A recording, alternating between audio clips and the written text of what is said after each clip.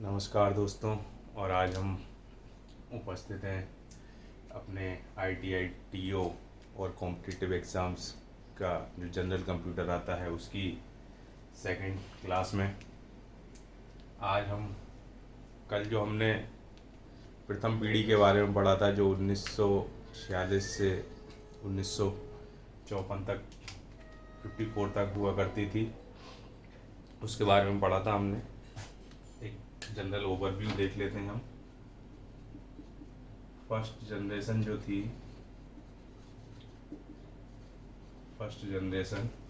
ठीक है 1946 to 54 हुआ रही।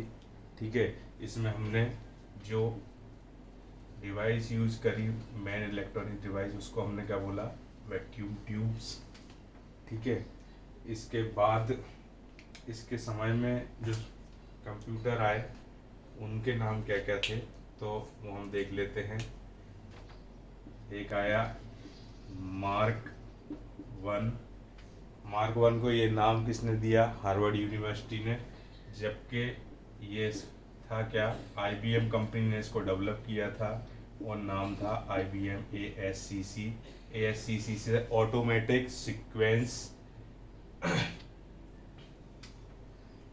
Automatic sequence control calculator. ठीक है, उसके बाद जो दूसरा आया वो था ENIAC। ठीक है, इसको जॉन ईकार्ड और जॉन मकाई ने डेवलप किया। इसका नाम क्या था, इलेक्ट्रॉनिक न्यूमेरिकल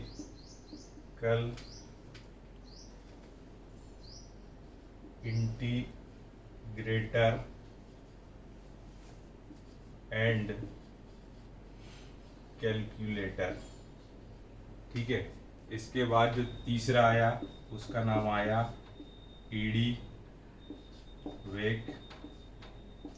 ठीक है, ई से तो इलेक्ट्रॉनिक ही रहता है तो हम इसको शॉर्ट फॉर्म में लिख देते हैं। ठीक है, D से डिस्क्रीट, V से वेरिएबल, A से ऑटोमेटिक, ठीक है, C से कंप्यूटर।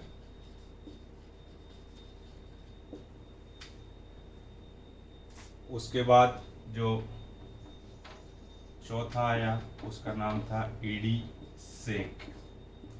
ठीक है, E से वही इलेक्ट्रॉनिक, ठीक है, D से क्या हो जाएगा, डिले, S से स्टोरेज। ठीक है, इसके बाद A से ऑटोमेटिक एंड C से कंप्यूटर।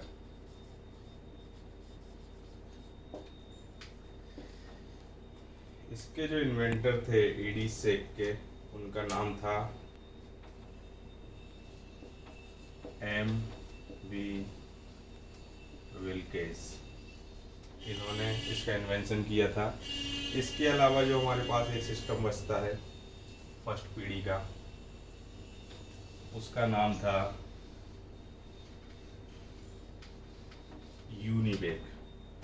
क्या नाम था, यूनिवेक।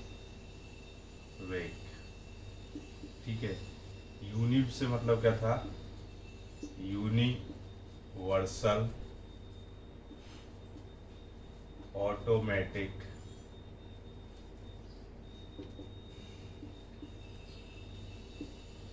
कंप्यूटर। ये पहला व्यावसायिक कंप्यूटर था, पहला जनरल पर्पस कंप्यूटिंग में उपयोग होने वाला कंप्यूटर था। ठीक है, और यहाँ से ये क्या था, इस पीढ़ी का आखिरी कंप्यूटर था। मतलब कि एक तरीके से यहाँ से धीरे धीरे क्या हुआ, दूसरी पीढ़ी की शुरुआत होना शुरू हुई। इसलिए इसमें जो दूसरी पीढ़ी में हमने मेमोरी के लिए मैग्नेटिक डिस्क यूज की, वही मैग्नेटिक टेप्स हम यहाँ पे उपयोग किए गए। अब आज हम बात करेंगे दूसरी पीढ़ी के बारे में कि दूसरी पीढ़ी के कंप्यूटर्स कैसे थे, कब से कब तक के समय को हमने दूसरी पीढ़ी कहा। क्या विशेषताएं थी उनकी, उसके बारे में हम बात करेंगे। तो हम बात करते हैं सेकेंड जनरेशन, या जिसको हम क्या बोलें, जनरेशन को हम क्या बोलते हैं, पीढ़ी, द्वितीय पीढ़ी। ठीक है, ये कब से कब तक रही, इसका समय काल जो था वो 1955 टू 1964। इस समय में जो कंप्यूटर आए उनको क्या कहा गया, द्वितीय पीढ़ी के कंप्यूटर कहा गया। अब इनकी विशेषता क्या थी, तो अभी तक हम जो प्रथम पीढ़ी के कंप्यूटर पढ़ रहे थे उनमें इलेक्ट्रॉनिक मेन पार्ट जो हुआ करता था वो क्या था, वैक्यूम ट्यूब। यहाँ पर मेन इलेक्ट्रॉनिक कंपोनेंट जो हुआ, ठीक है, वो क्या था, ट्रांजिस्टर आ गए। क्या आ गए, ट्रांजिस्टर। तो वैक्यूम ट्यूब्स की जगह पे क्या आ गए, ट्रांजिस्टर आ गए। ठीक है, जो किसके तरीके से काम करते थे, सीपीयू के जैसे काम करते थे। उसके अलावा जो आया इसमें वो क्या था,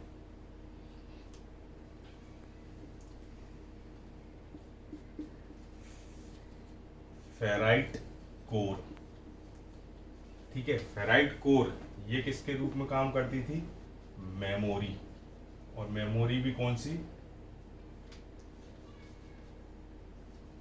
मेन मेमोरी या मुख्य या प्राथमिक मेमोरी के लिए हमने किसका उपयोग किया है, यहाँ पे फेराइट कोर्स का। हमने एक तो क्या नई चीज आई इसमें, ट्रांजिस्टर, दूसरा फेराइट कोर का यूज हमने किया मेन मेमोरी के लिए। तीसरी चीज और देखने को हमें मिली, क्या मिली, मैग्नेटिक डिस्क जो हुआ करती थी उसको हमने द्वितीयक मेमोरी, या जिसको हम क्या बोलते हैं, सेकेंडरी मेमोरी या सेकेंडरी स्टोरेज बोलते हैं, उसके रूप में हमने मैग्नेटिक डिस्क का उपयोग किया।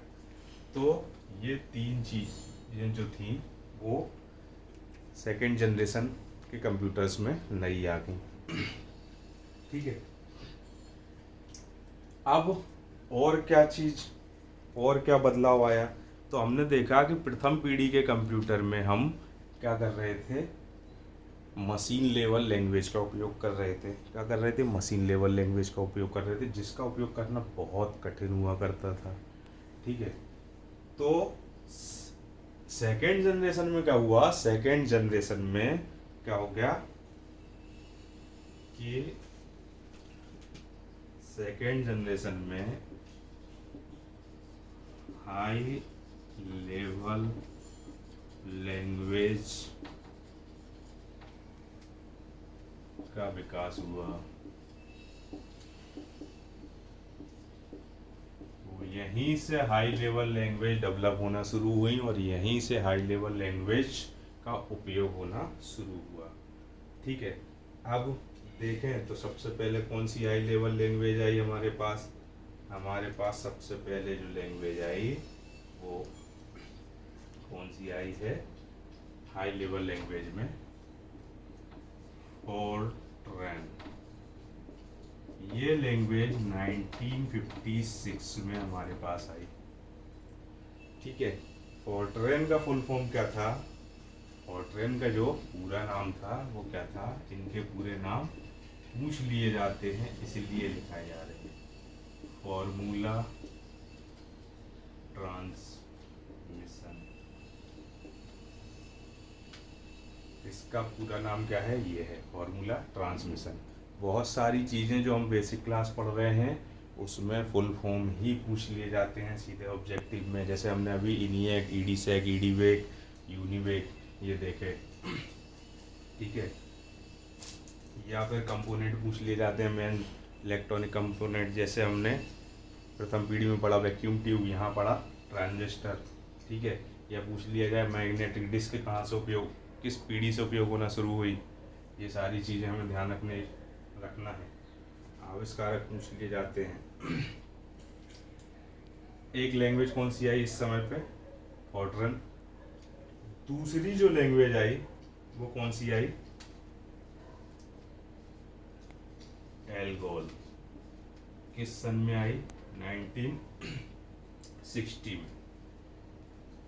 1960 में एक और लैंग्वेज आई एल्गोल, जिसका पूरा नाम क्या था? एल्गोल का पूरा नाम क्या था? Algorithmic language. ठीक है। इसके अलावा एक और लैंग्वेज आई,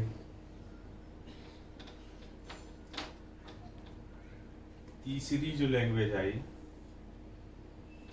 थर्ड जो लैंग्वेज आई हमारे पास, उसका नाम था कोबोल।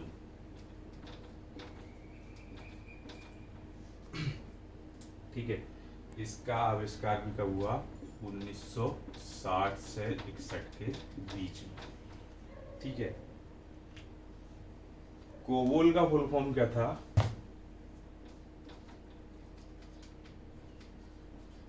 Common business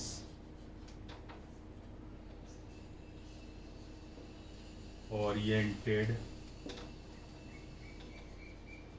language. ये हमारे जो द्वितीय पीढ़ी आई उसमें इन चीज़ों का विकास हुआ। ठीक है। अब इससे क्या क्या फायदे हुए, वो क्या होगी, इस पीढ़ी की विशेषताएं होंगी। ठीक है। तो पहले देखते हैं हमने क्या किया? ट्रांजिस्टर का उपयोग किया। ट्रांजिस्टर कैसे होते हैं? वैक्यूम ट्यूब की तुलना में छोटे होते हैं। हमने मेन मेमोरी सेकेंडरी मेमोरी का उपयोग किया है, मतलब हमारे पास क्या होगा? डेटा और इंस्ट्रक्शन अब स्टोर होना शुरू हो जाएंगे। ठीक है। जो कि प्रथम पीढ़ी के आखिरी में हमने बताया भी था कि इन सिस्टम से शुरू होना शुरू हुई। ठीक है। शुरुआत हुई वहाँ से। उसके बाद हमने हाई लेवल लैंग्वेज का उपयोग करना शुरू करा, जिसको हम उच्च स्तरीय भाषा बोलते हैं। तो क्या हो गया? प्रोग्रामिंग हमें करना क्या हो गई? सरल हो गई। उच्च स्तरीय भाषा हमें समझने में आसान होती है। ठीक है। यहाँ पे हमने इनपुट आउटपुट प्रोसेसर्स का उपयोग किया, जिससे क्या हो गया कि इनपुट आउटपुट डिवाइसेस भी हमारी कैसे काम करने लग गई? तेज काम करने लग गई। ठीक है। तो द्वितीय पीढ़ी में अगर हम देखें तो द्वितीय पीढ़ी में क्या हुआ है? यहीं से सीपीयू, ठीक है, इसके अलावा मेमोरी, प्रोग्रामिंग लैंग्वेज। अगर आपसे पूछा जाता है कि CPU, memory, input and output और प्रोग्रामिंग की संकल्पना कहाँ से आई? तो इसका विकास जो है द्वितीय पीढ़ी में ही शुरू हुआ।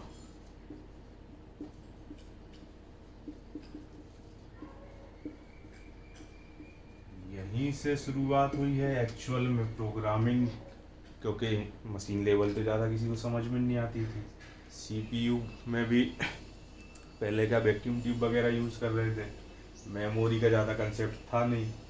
ठीक है। क्योंकि हम स्टोर नहीं करते थे चीज़ों को, डेटा और इंस्ट्रक्शन को। ठीक है।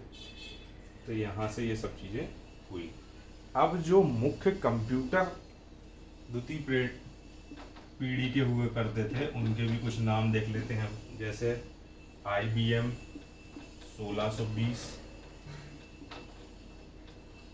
IBM 1401, ठीक है, CDC 3600। ये क्या है? कुछ द्वितीय पीढ़ी के प्रमुख कंप्यूटर हैं। अब जो द्वितीय पीढ़ी में एक बात बच रही है, वैसे तो हमने मोस्टली सब चीज़ें समझ ली हैं, अलग से एक बार लिख के देख लेते हैं कि विशेषताएं इसकी क्या क्या होगी, क्यों हमने इसका उपयोग करा, तो इसकी विशेषताएं देख लेते हैं भैया।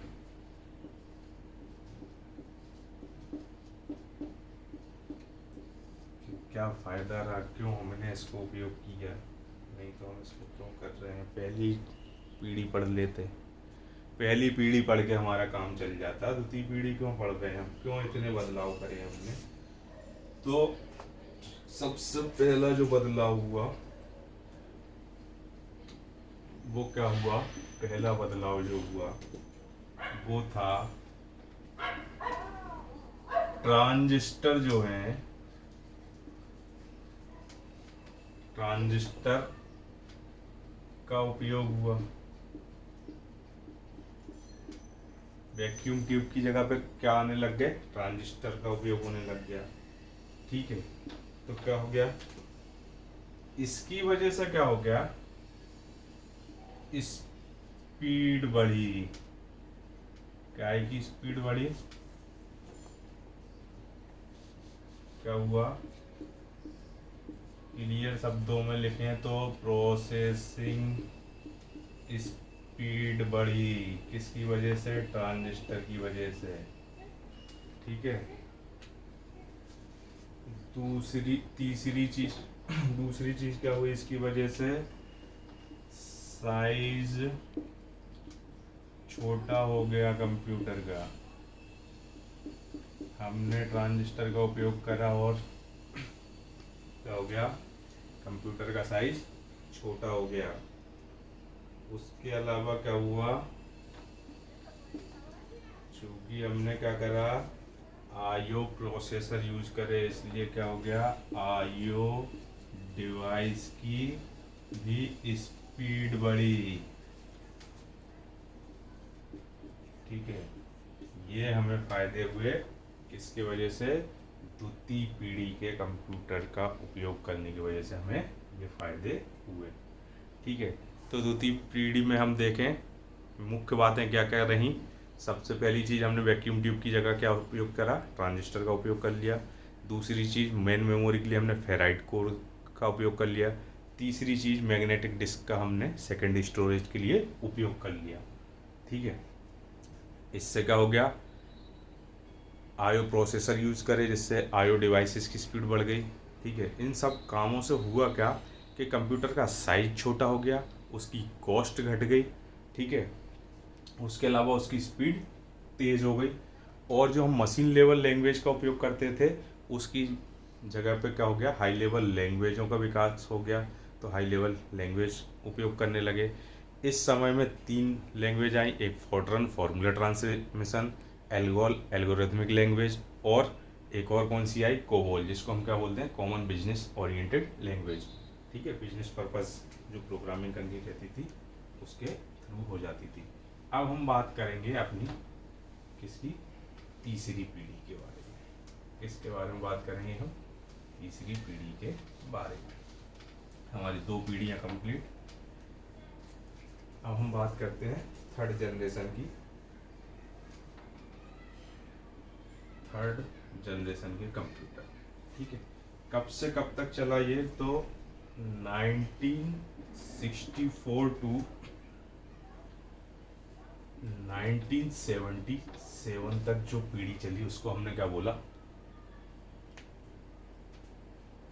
हमने तीसरी पीढ़ी के कंप्यूटर या थर्ड जनरेशन के कंप्यूटर। अब चूंकि हम मेन कंपोनेंट किसका उपयोग कर रहे थे, पहले हमने पहली पीढ़ी में करा वैक्यूम ट्यूब का, दूसरी में करा हमने ट्रांजिस्टर का, तीसरी में फिर से चेंज होगा।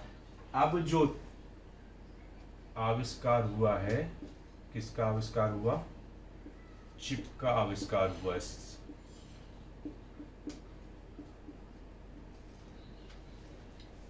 थर्ड जनरेशन में किसका आविष्कार हो गया, चिप का आविष्कार हुआ। ठीक है, जिनको हम क्या बोलते थे, इन चिप को क्या बोलते थे हम, इंटीग्रेटेड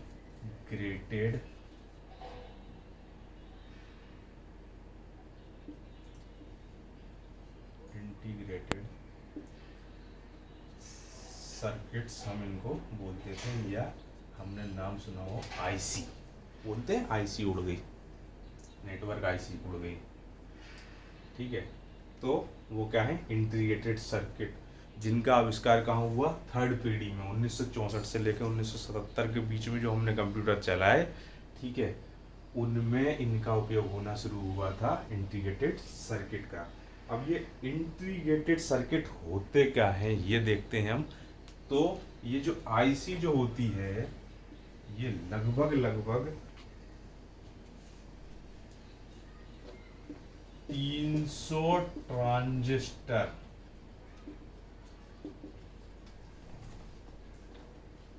की क्षमता रखती है।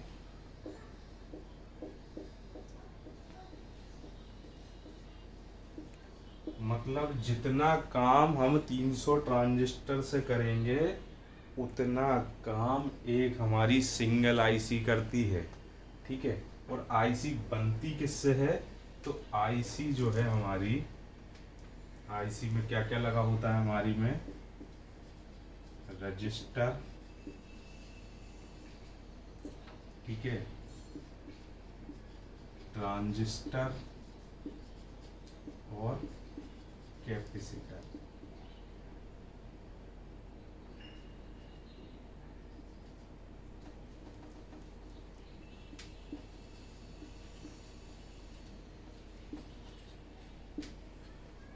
रजिस्टर, ट्रांजिस्टर और कैपेसिटर, वो भी एक नहीं बहुत सारे, ठीक है।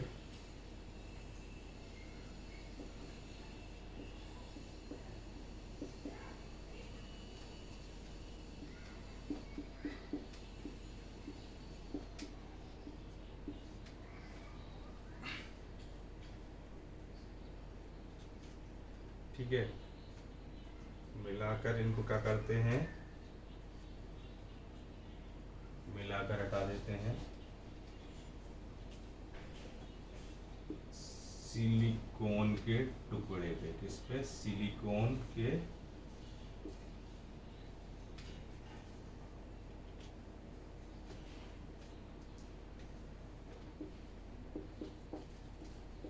टुकड़े पे या पट्टी पर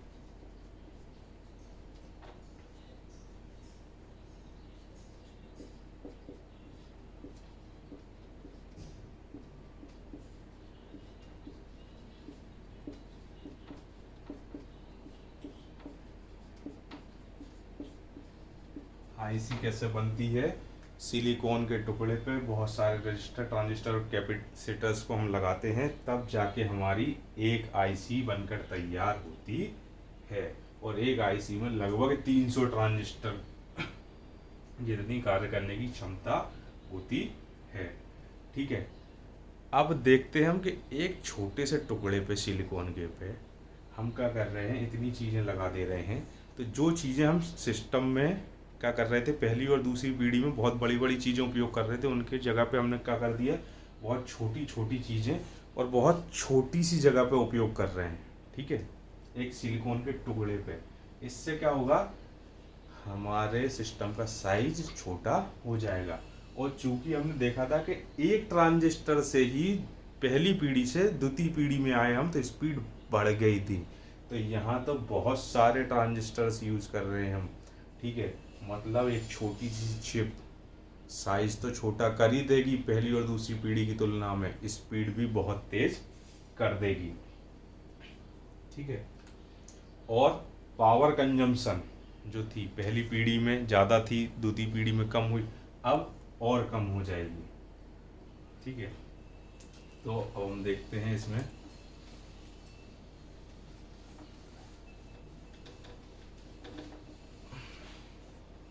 कि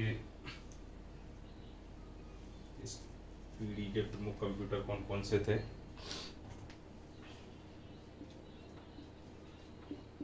IBM कंपनी का IBM 360 इसका प्रमुख कंप्यूटर था। इसके अलावा ICL 1900 एक और प्रमुख कंप्यूटर था इसका। इसके अलावा IBM 370 एक और प्रमुख कंप्यूटर था। ठीक है, इसके अलावा VAX, ठीक है, VAX 750 जो था इसका एक प्रमुख कंप्यूटर था। तो ये जो थे, ठीक है, ये तृतीय पीढ़ी के क्या थे, प्रमुख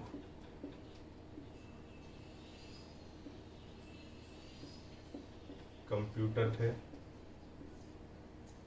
ठीक है,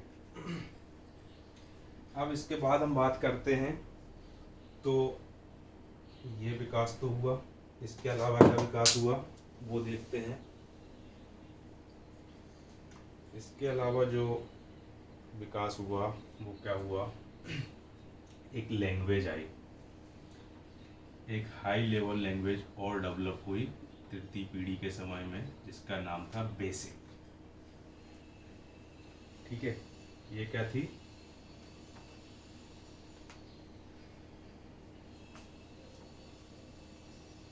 उच्च स्तरीय भाषा,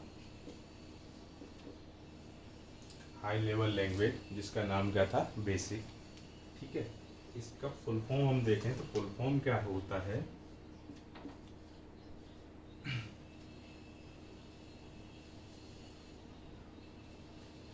बिगिनर्स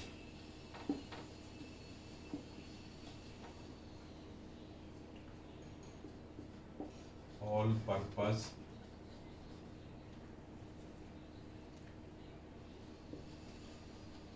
सिंबॉलिक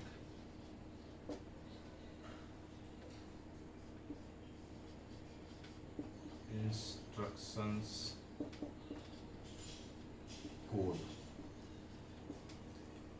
ये बेसिक लैंग्वेज का फुल फॉर्म ये, beginners all purpose symbolic instruction code. इस बेसिक लैंग्वेज का भी आविष्कार ये 1964 से 1977 के बीच में हुआ। अब हम देखते हैं कि थर्ड जनरेशन का एक जनरल ओवरव्यू ले लेते हैं। तो सबसे पहली चीज़ थर्ड जनरेशन में क्या हुआ कि 1964 से 1977 के बीच में जो सिस्टम आया उनको हमने क्या बोला, थर्ड जनरेशन कंप्यूटर बोला।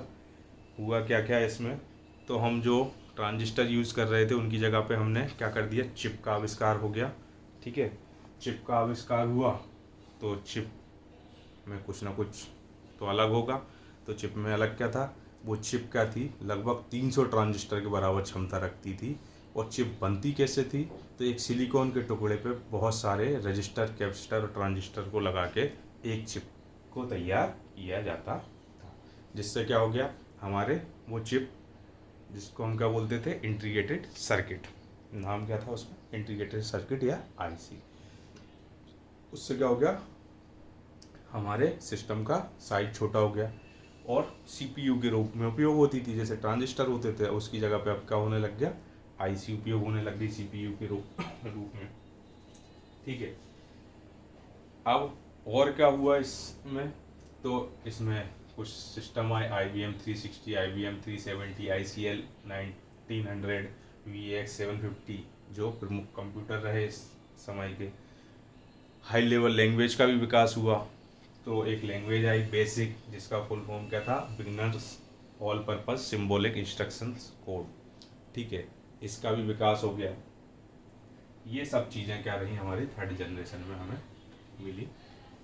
ठीक है, ये बेसिक।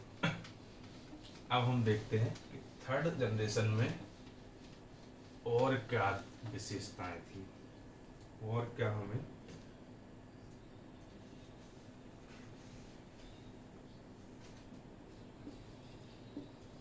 वैसे विशेषताएं हमारे समझ में आ गई हैं, पर हम अलग से एक बार देख लेते हैं।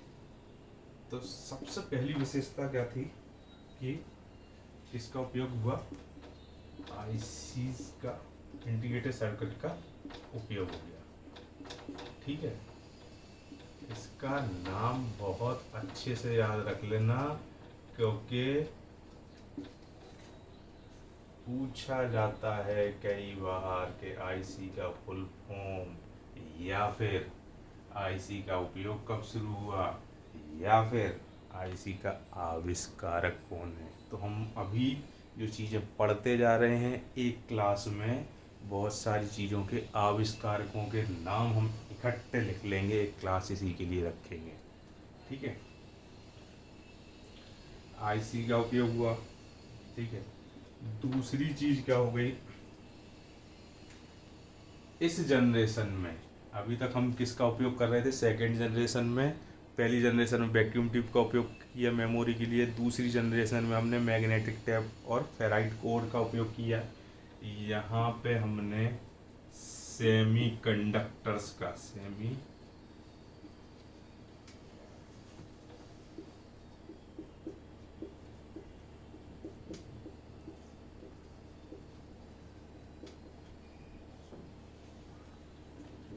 मेमोरी के लिए हमने किसका उपयोग किया, सेमीकंडक्टर्स का उपयोग करना शुरू कर दिया।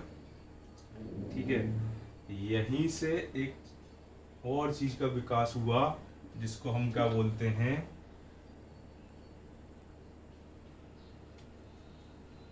LSI का विकास हुआ इसके अंतिम चरणों में।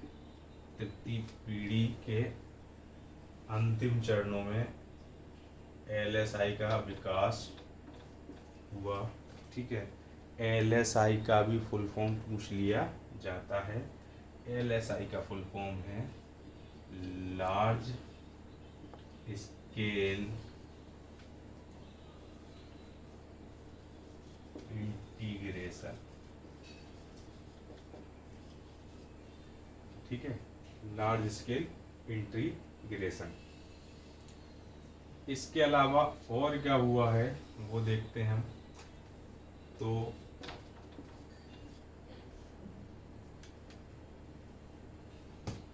मिनी कंप्यूटर, हमने नाम सुना, mini computer, micro computer.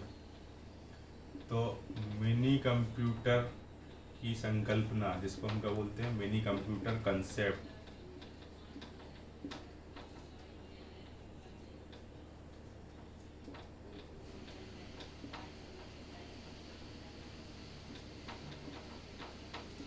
Mini computer की संकल्पना जो है वो यहीं से आई। ठीक है, या इसी पीढ़ी के कंप्यूटर को हमने मिनी कंप्यूटर बोलना शुरू कर दिया। क्या बोला, मिनी कंप्यूटर। तृतीय पीढ़ी के जो कंप्यूटर आए उनको ही हमने क्या बोला, मिनी कंप्यूटर, या ऐसे कंप्यूटर जिनमें integrated circuit as a CPU उपयोग हुआ, उनको हमने क्या बोल दिया, मिनी कंप्यूटर बोल दिया। ठीक है, इसके अलावा और क्या आया इसमें। ठीक है, तो हमने देखा था कि हाई लेवल लैंग्वेज का विकास हुआ। हाई लेवल लैंग्वेज जो कौन सी थी, बेसिक। ठीक है, तो आज हमने इन दो पीढ़ियों के बारे में पढ़ा, कौन सी, द्वितीय पीढ़ी और तृतीय पीढ़ी। अब हमारी बचती है दो पीढ़ियाँ, जो कौन कौन सी पीढ़ी है, एक तो चतुर्थ पीढ़ी और एक पंचम पीढ़ी, जो हम अपनी कल की क्लास में पढ़ेंगे। हम जो पढ़ते जा रहे हैं इनको नोट करते जाएं। ठीक है, बहुत ज़्यादा थ्योरी में इसलिए नहीं लिखवा रहा हूँ कि हमें कोई भी रिटन एग्ज़ाम नहीं देना है, हमें ऑब्जेक्टिव एग्ज़ाम देना है। ठीक है, तो हम केवल और केवल जो चीज़ें ज़रूरी हैं उनको ध्यान रखते जाएं। ठीक है, किसका फुल फॉर्म क्या है, कौन सी सन में, कौन सी पीढ़ी में इसका उपयोग किया जाता था।